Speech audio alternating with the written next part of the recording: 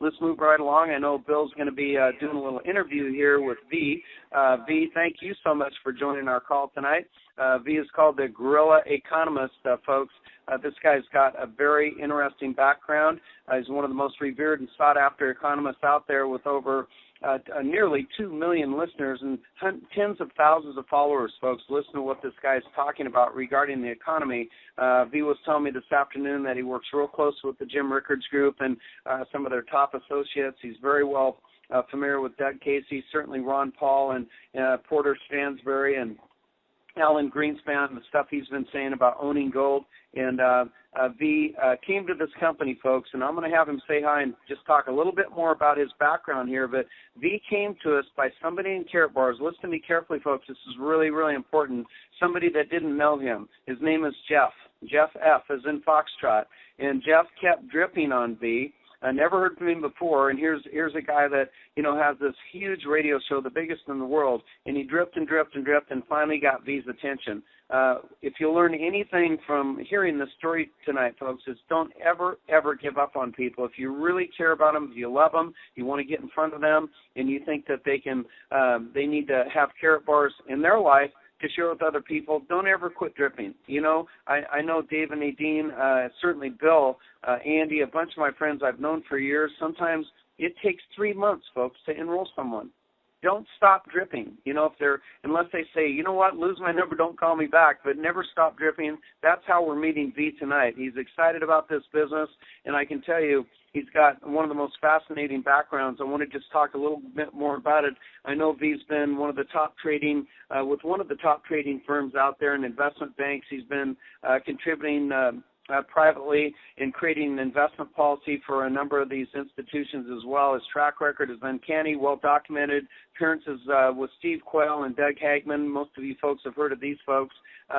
V predicted with pinpoint accuracy the play-by-play Eurozone crisis, folks. He was the first to warn about Japan's disastrous economic policies and how it would be a domino with the gravity of that around the world. V's been ahead of this stuff because he's really into what's happening in the economy with our dollar right now, the stuff you're reading about every day, folks. That's why he's in Karatbars. So, V, thank you so much for being here. I know there's a lot of choices for you, as much stuff as you look at in business opportunities, but can you share with folks what was your initial attraction to Karatbars? Why are you here? Pat, thank you for the introduction. First and foremost, I want to say hello to all of you that are listening in. It is an honor and a privilege to speak to all of you and to help add to the tools in your repertoire and make you aware of things that are going on globally and why this business is something that is so important and why it's so critical. The reason why that I got involved in Karatbars, and I need you folks to listen very carefully to this, I had a guy who would constantly email me, found me, hunted me down, found me on Skype, added me to send out a request, and I said to myself, oh, heck, fine, whatnot. The guy was persistent, okay? And because of his persistence, and I am a very busy individual. I got 400 things going on a daily, weekly basis. So this guy was persistent enough in order for me to stop what I was doing for that day and take a look at what this guy is talking about. At first I looked at it and I said, okay, this sounds like some sort of cheesy MLM. I'm not interested. But then I started looking at what it's all about, and it blew my mind away.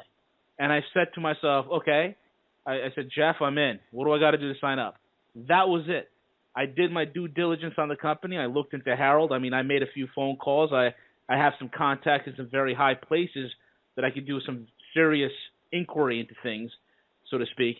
And all I got back was positive results. And I said to myself, okay, I need to be a part of this. What attracted me to Karatbars is this, folks. I worked with, I have my background in commodity trading, worked in banking. And my thing is I've worked with firms where we do large custodial accounts for institutional investors and the like. And what that simply means is this. I would handle, if somebody gives me a call, hey, V, you know what, I want to get $5, $10, $20, $30 million in gold. I need to offshore my wealth. What do I do? So I would work with companies that would literally take millions of dollars of institutional investors' gold or credit, some major heavy hitters, and we would go ahead and we'd vault it, okay, in what's called a good delivery system.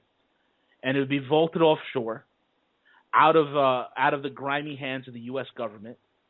And that's very important right there. And, vaulting it offshore, and then that vaulting company would keep the gold, and gold is a store of wealth. Okay, a lot of people get currency and money mixed up. Currency is that worthless paper trash you have in your wallet that you're using for exchange of goods and services currently right now. That's currency. It's legal tender, meaning it's somebody else's debt obligation. Money has always been gold and silver. And when you get to the upper echelon of the game, you get to the upper levels of the game, nobody's trading paper. It is a hard asset game. That's what it's all about. It is gold, it is silver, it is rare earths, it is strategic metals, it is land, it is hard, tangible assets. The elites do not play in paper. They let the masses play in the paper, okay? So this custodial gold thing, okay? So we'd have these accounts set up offshore, outside of any sort of governmental confiscation or things of that sort. It's outside the banking system, which is important, which means it's removed from any sort of third-party counter risk. Meaning, if you're buying your gold from a bank, quote unquote, that sells you the gold, if that bank goes bust, then your gold goes bust. Okay, you're not going to get it no more. You have to deal with somebody who has a close relationship with a refiner, and we dealt in something called the good delivery system or the good delivery network, and this is very important. A good delivery system is basically a relationship between a broker, vaulting companies, bullion banks, and refiners.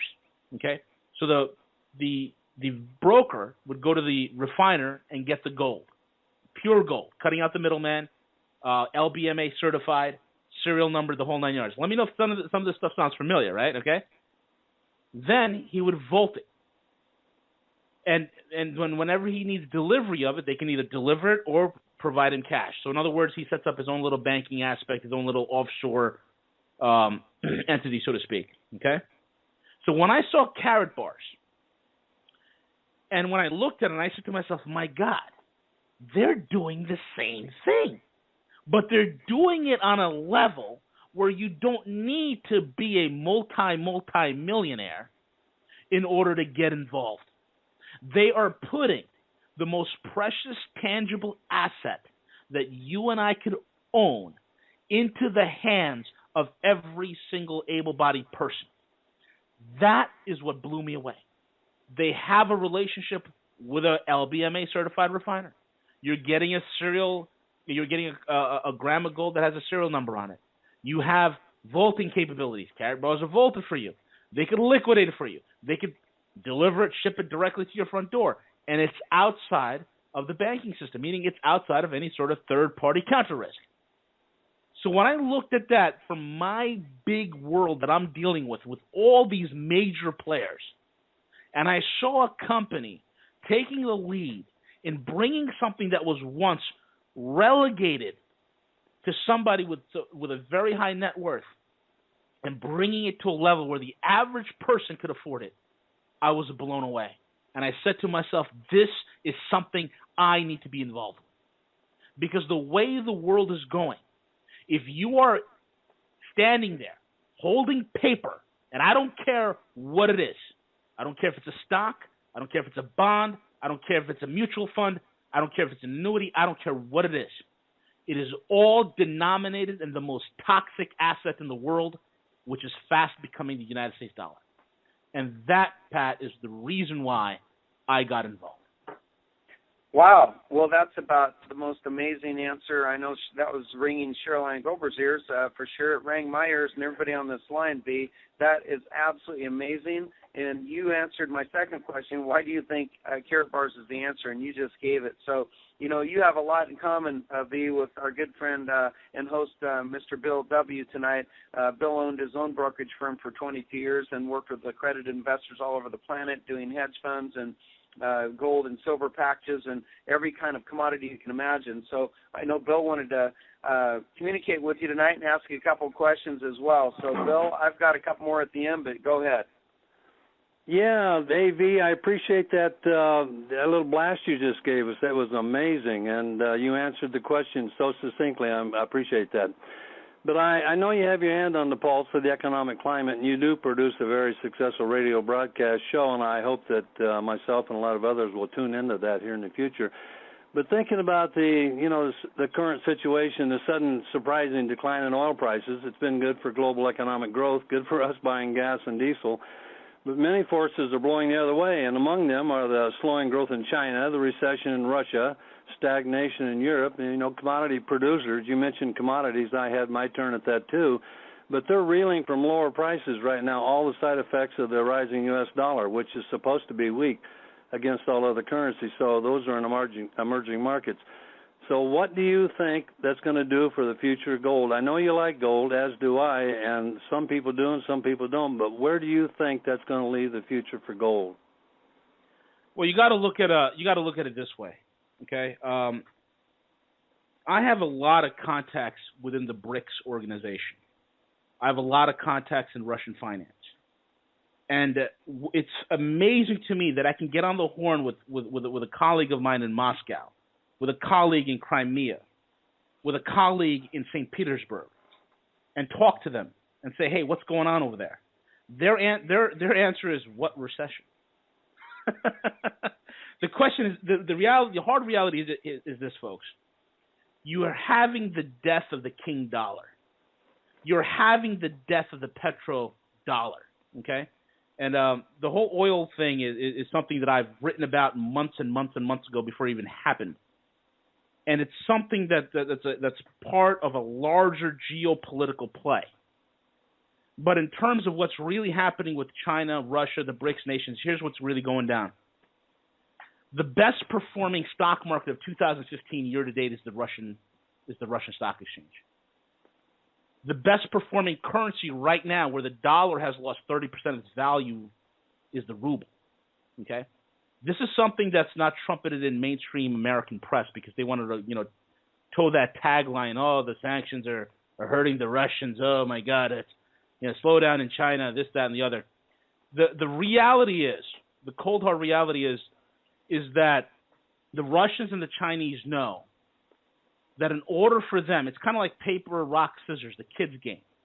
The U.S. is playing with a lot of paper. The Russians and the Chinese are playing with rocks. They're playing with hard assets. And the way that you break this paper monopoly, the stranglehold that the West has gotten, that the insolvent West has gotten on much of the world economically, is to beat it with hard assets. So while all these sanctions, which have backfired and hurt the U.S. economy more than anything else, has been happening, the Russians and the Chinese have been buying vast amounts of gold. Okay? Now, the low oil prices, it's something that I've warned about, and this is how it ties in. Oil, folks, is a financialized instrument. It is probably one of the most financialized instruments out there. And what I mean by financialized is this. We all remember back in 2008 when the mortgage crisis started. Okay, what happened before that? Well, before the 2000 when Greenspan come out and said everybody's right to own a home, and he loosened lending practices, which I like to call he made it basically, if you can walk into a bank and fog a mirror, they gave you a loan. Okay, we had the liar loans, we had these subprime mortgages. What happened was, mortgages, which were at one time an asset, okay, became financialized, where all of a sudden now it's being used as collateral and is leveraged 10, 20, 30, 40 times. That's why today you have people whose homes are getting foreclosed on, yet they're current on their mortgage payment. They're like wondering, wait a minute, what the heck's happening? Right? Well, it was because, their mortgages got sold off 10, 20, 30 times down the road. Some bank somewhere defaulted, and now somebody's coming to collect on the collateral. It's the same thing with oil. Oil, vast amounts of financial industry has been built around $80 to $100 oil. They weren't ready for it to go to the the 50, 40, soon to be in the $30 range. They're not ready for that. So what's been happening, and was one thing I predicted, is that during the wintertime, and we had a cold winter this year, it kept the demand for natural gas going and the demand for home heating oil going. But now, coming into the spring, as things are warming up, what is the thing that we're hearing? We're hearing massive amounts of layoffs that are occurring within the oil industry, the oil and natural gas industry. One by one, all over the Bakken Valley in North Dakota, in the Marcellus Shale in Pennsylvania, in the Texas Gulf states, in North Texas and in Louisiana, you're having these layoffs coming to be. And what people don't realize, these oil companies are dependent upon getting these lines of credit in order to operate. And now they're going bust with the price of oil being so low. It is affecting everything. And folks, why is this critical? 27 states are affected by the petro oil industry. So this is another thing that's going to begin to have massive pressure on the U.S. economy. Number one. Number two, let's go back to the China-Russia thing. What they've been doing, see, the Chinese knew in order for them to beat the U.S. at their own game, they're going to have to blow some bubbles. And they did.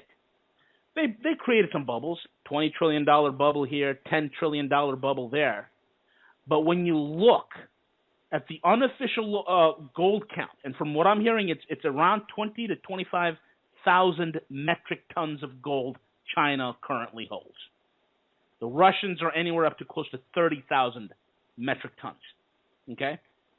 They know in order for them to withstand the impact from a dollar default, from a dollar going down in flames, is to be in hard assets, number one.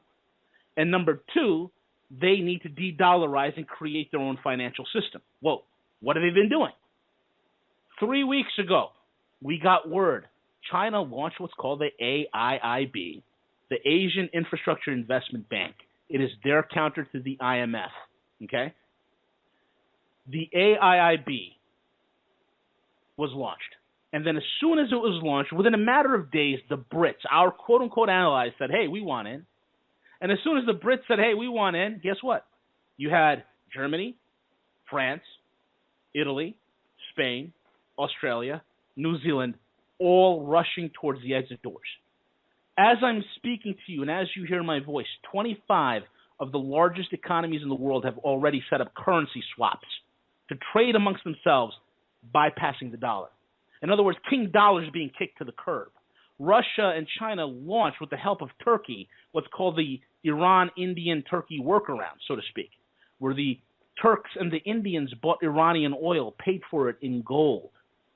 The Chinese, the Russians, the BRICS nations, AIB, okay, SCO, Shanghai Cooperative, Global South, all these trade zones that are emerging globally, RCEP, RCEP, all these massive trade zones where 70 to 80% of global GDP is nestled in, where 70% of global manufacturing is rested in, where over 60% of global trade goes through. These trade zones have come together and said, guess what? We're going to trade, and one of the big things that are being presented here is a gold-backed trade settlement note, number one. And the second biggest thing is we don't want the dollar. In other words, the dollar and the U.S. is not invited to this party. So what is this going to do to somebody who holds a hard asset like the dollar? Like gold. What is it going to do to gold prices? We all know about the manipulation. It is criminal. One of my colleagues who is connected to BaFin, which is a regulatory agency in Germany, okay, a real regulatory agency, BaFin has come forward in investigating the gold fraud that's been happening within the global markets. And they said that the fraud that is occurring in the gold market is greater than the fraud that's occurring in the LIBOR scandal. Okay? So you're talking about massive criminal fraud. The world is starting to wake up to the fact that the only thing that we in the West are doing is pushing paper, manipulating the numbers, and fraud, and being involved in massive fraud. That's it. So what they're doing is they're realigning themselves into various trade zones, various groups that are outside of the dollar, outside of U.S. influence. and they will trade amongst themselves, isolating the U.S. And this is why it's so important that you cannot be in paper. You have to be in a hard asset like gold. And that's why the Karatbars is so critical. You know, Pat asked me a question early on. On a scale of 1 to 10, how would you rate Karatbars? And I said some crazy number like 1,000. And what I meant by 1,000 is this. This product, and I'm telling you this from somebody from my position, from my experience working on it on a very large level.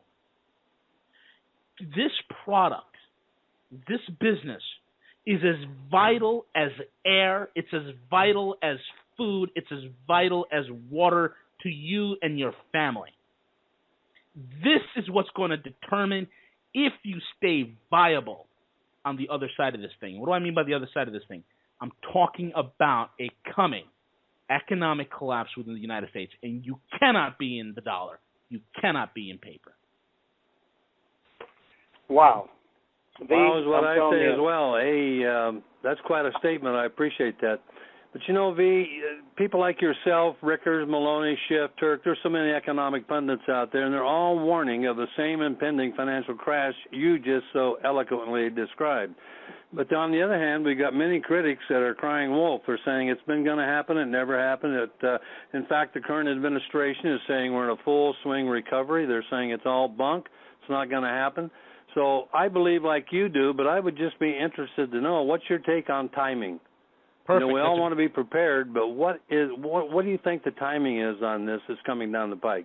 That's a great question. I'm glad you asked that. You know, oftentimes a lot of people say the same thing. Well, when's it going to happen? There's, so-and-so, he said this, it was going to happen 10 years ago, and it didn't happen, and somebody said it's going to happen 5 years ago, it didn't happen. Well, folks, let me tell you this. Here's the timetable, okay? And I'm going to connect it with something else, so please pay very careful attention. 10 years ago, okay, when the dot-com bubble, we had a little, economic I'm sorry, that's like 15 years ago, excuse me. We went through economic recessions. So in other words, when we're in a fiat system, and I'm sure that the listeners know what a fiat system is, it's basically currency printed out of nothing, backed by nothing, being pushed out there. That's what a fiat currency is, by edict, okay? Fiat currencies last about 40, maybe 50 years or so, then they go bust. Because in order to sustain a fiat system, you got to constantly blow bubbles. Well, we blew the dot-com bubble. Then we blew the housing bubble. And a whole litany of other bubbles before that. We are currently out of bubbles to blow.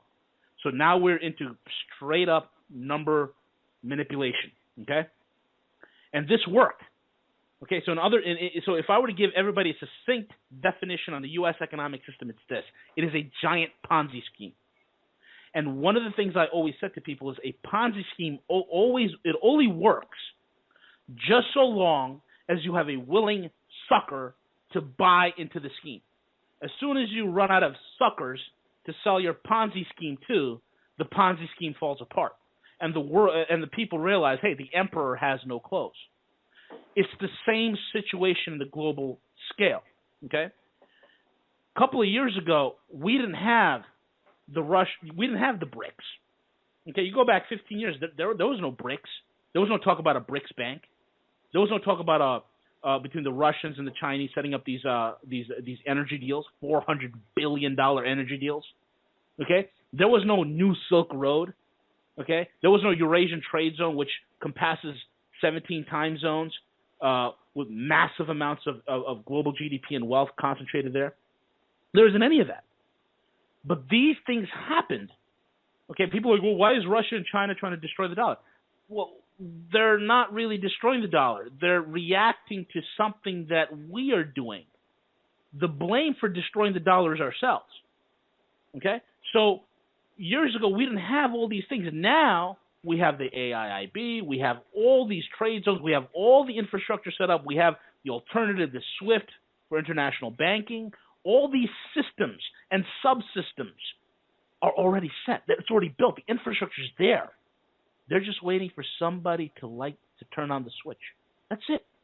Everything is there. And what is that switch going to do? Everybody's in place.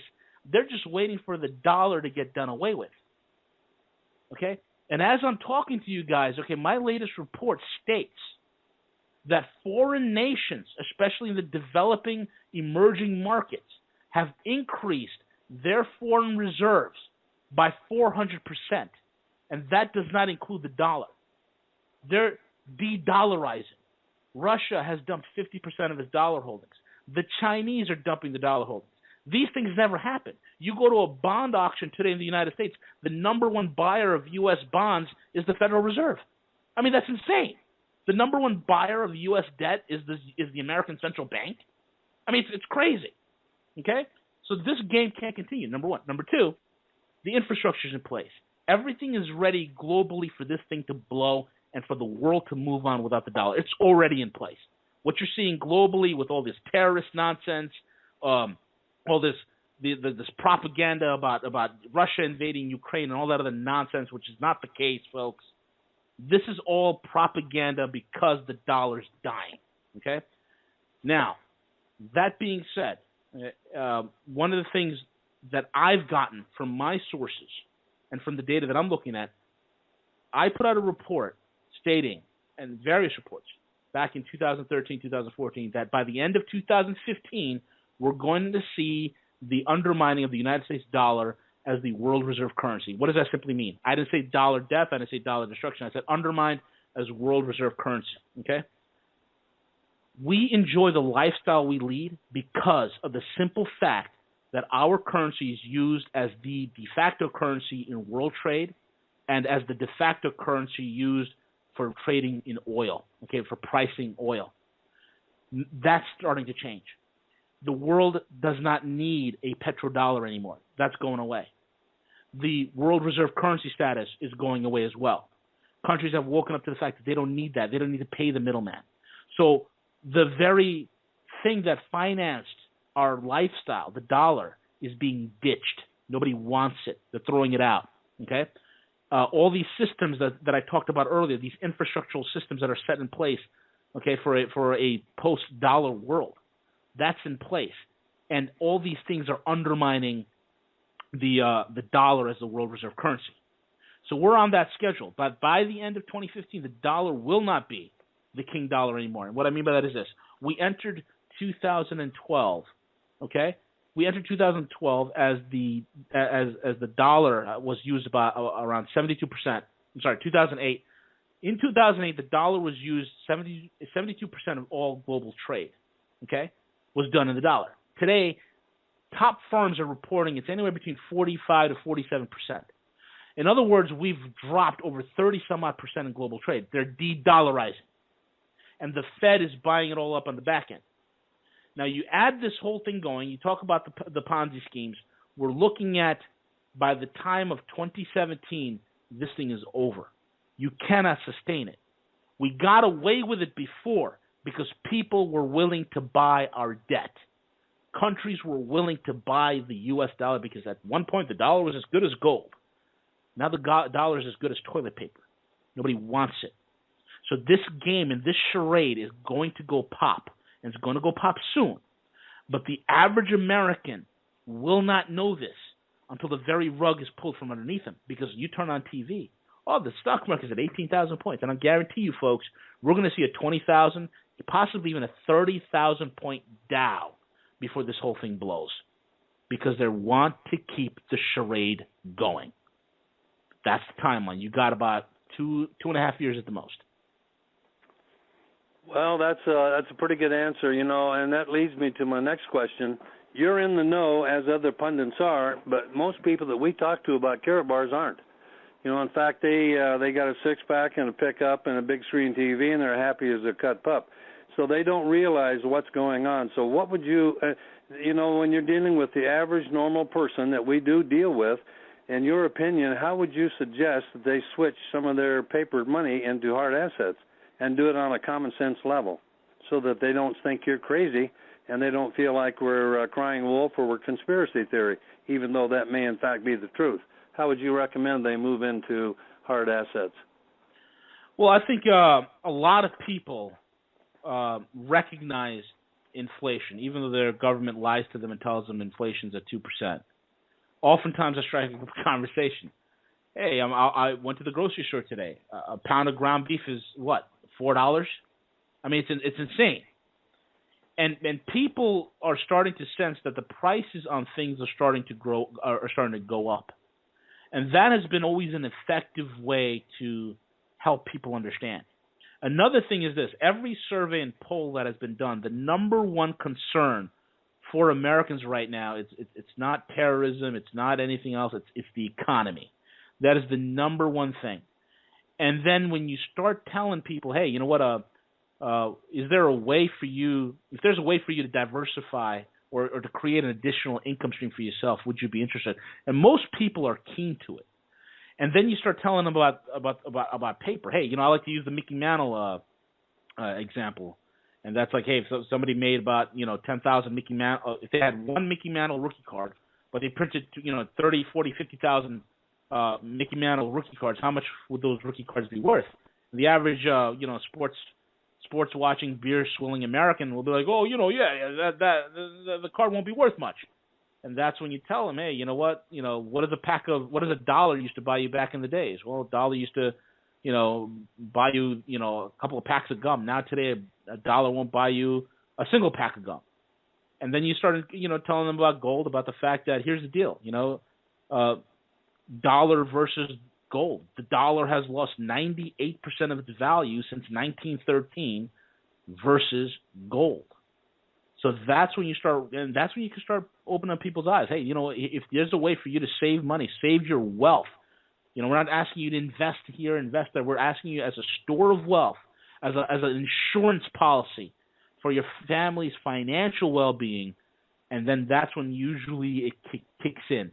They're like, you're right, an insurance policy for my family's and for myself's financial well-being. And people tend to understand that. That's how I would pitch it, And I can get real gritty. But for the average person, I would pitch it as that. It's you look at inflation, you look at how to preserve your wealth, how to protect your wealth, and you look at the track record for gold. Which, folks, let me tell you something. You don't have to be ashamed of gold.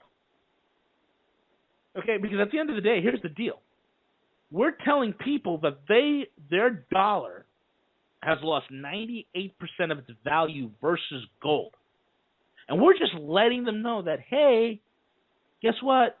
That last remaining 2%, you might lose that as well. That's what it's all about. People tend to get that. That's amazing, man, when it all hinges on 2%.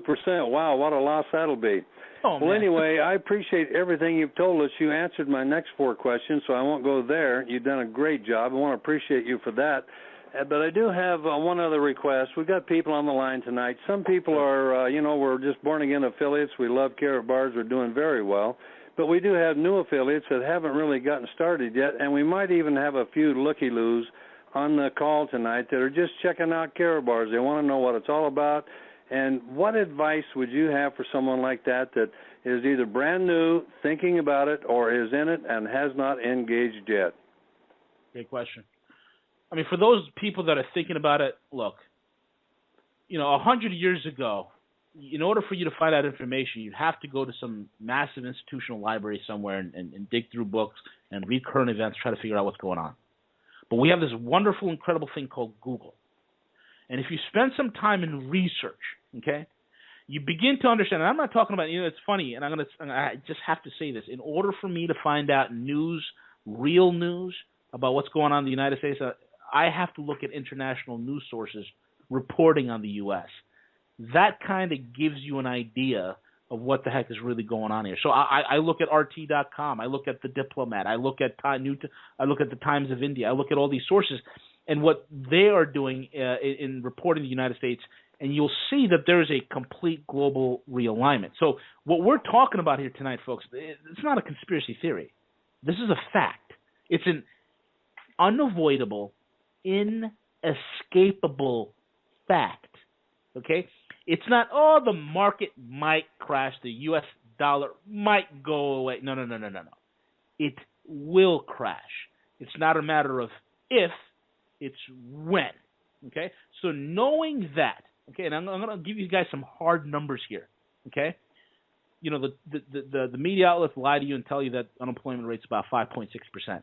Every firm on Wall Street that I know of that really tracks the real numbers pegs the unemployment rate at 34.6. What do I mean by that? Simple. You got 93.2 million people permanently out of the workforce, meaning they can't find a job, they gave up, they're done. 10.6 million are receiving unemployment benefits. That's over 100 million right there. You got another 101 million intermingled within that numbers that are receiving some sort of welfare. 52 million on food stamps. In other words, over 50% of the country is ineffective and non-productive, and it's not working. How long? In other words, folks, all the numbers we had from the Great Depression, we've blown those numbers out of the water. We have superseded those numbers. So if you're looking into this saying, oh, this sounds like a good idea, let me take a look at it. This is reality. This is life. This is important. Okay? Fact after fact after fact after fact can be presented to you. The reality is you need to get out of paper. You need to have a financial insurance for you and for your family. And this company and this opportunity is the only thing in the world that allows you to play with the big boys, allows you to do the very same thing that those with very, very high net worth are able to do. And they're the ones who make it easy for you. Take advantage of this. This is not a conspiracy theory. This is an agenda. This is a reality. Seize it. Wow, I thank you for that. That was eloquent and amazingly clear. V, I want to thank you for coming on our show tonight, our little show. It's our Tuesday evening show. We'll be happy to tune into your show any and every time we can, but just thank you so much for sharing with all these people on this call tonight. Pat, I'm going to turn it back over to you. And once again, thanks a lot, V. We really did appreciate that. It's my pleasure. Thank you, guys. Thank you, Bill. V, thank you so much, man. I'll tell you, this was a fantastic call. Your enthusiasm, your inspiration for Karatbars International really came out tonight. It's genuine, and I congratulate you. I know you've got a lot of work to do getting in front of people. We're here to help you do that. So thank you so much. Caroline Gober, thank you so much for being on tonight. And, again, thank all you folks as well. I want to say God bless every one of you on the call tonight.